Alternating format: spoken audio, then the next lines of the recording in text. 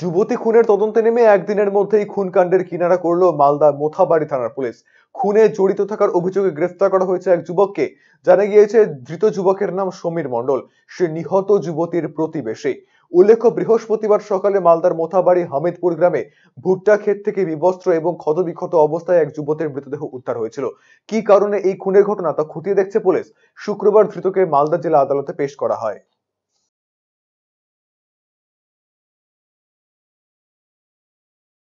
কালকে morning around 7:30 there was information, मतलब একটা ইনফরমেশন পেয়েছিল মোথাবাড়ি থানা কি ওখানে একটা মেয়ের ডেড বডি আছে একটা ভুট্টা খেতে। তো তারপরে আরটি গাড়ি যায়, তারপরে ওসি মোথাবাড়ি যায়, তারপরে সিআই রতুয়া, এসডিপিও কালেচাক, পরে এডিশনাল এসপি রুরাল ওখানে যান। আর যে পিও আছে ওটাকে ভালো করে এক্সামিন করেন।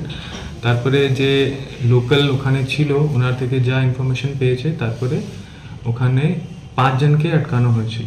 5 জনকে অন দ্য বেসিস অফ যে ওখানে যে লোকাল ইনফরমেশন ছিল আর যে আমরা যে লাস্ট সিন যে পেয়েছিলাম কি কোথায় ওকে লাস্ট দেখা গিয়েছিল।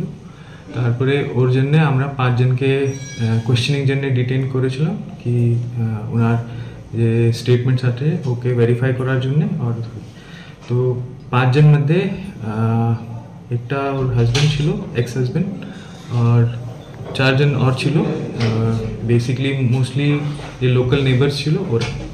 তো আমরা ইন্টারোগেশন করে কিছু ডিফারেন্সিয়েশন, কিছু স্টেটমেন্টস ইনকনসিস্টেন্সি পেয়েছিলাম, যেখানে ওরা যে বলছে কি আমি ওর সঙ্গে কথা বলেছিলাম ইয়া আমরা ওখানে গিয়েছিলাম, তারপরে মানে ওর যে স্টেটমেন্ট ছিল আমি ওখানে মদ খেয়েছিলাম, তারপরে এক और জায়গায় গিয়ে ওখানে গিয়েছিলাম, তারপরে যে ওর একটা ফ্রেন্ডের 3-4 ফ্রেন্ডের নাম বলেছিল কি ওখানে গিয়েছিলাম, ওর সঙ্গে কথা হয়েছিল।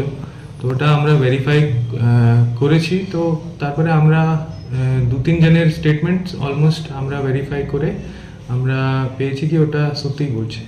কিন্তু 2-3 জন আমরা ভাবছি আমরা যত ইন্টারোগেট করছি ওখানে ইনকনসিস্টেন্সি চলে আসছে, আর তারপরে ওই ইনকনসিস্টেন্সি কভার করার জন্য আর স্টেটমেন্ট চেঞ্জ করছে। তো এ দেখে আমরা মোটামুটি একজনকে ন্যারো ডাউন করেছি, ওর দিনের মুভমেন্ট কি ছিল আর যে মারা গেছে ওর মুভমেন্ট কি ছিল।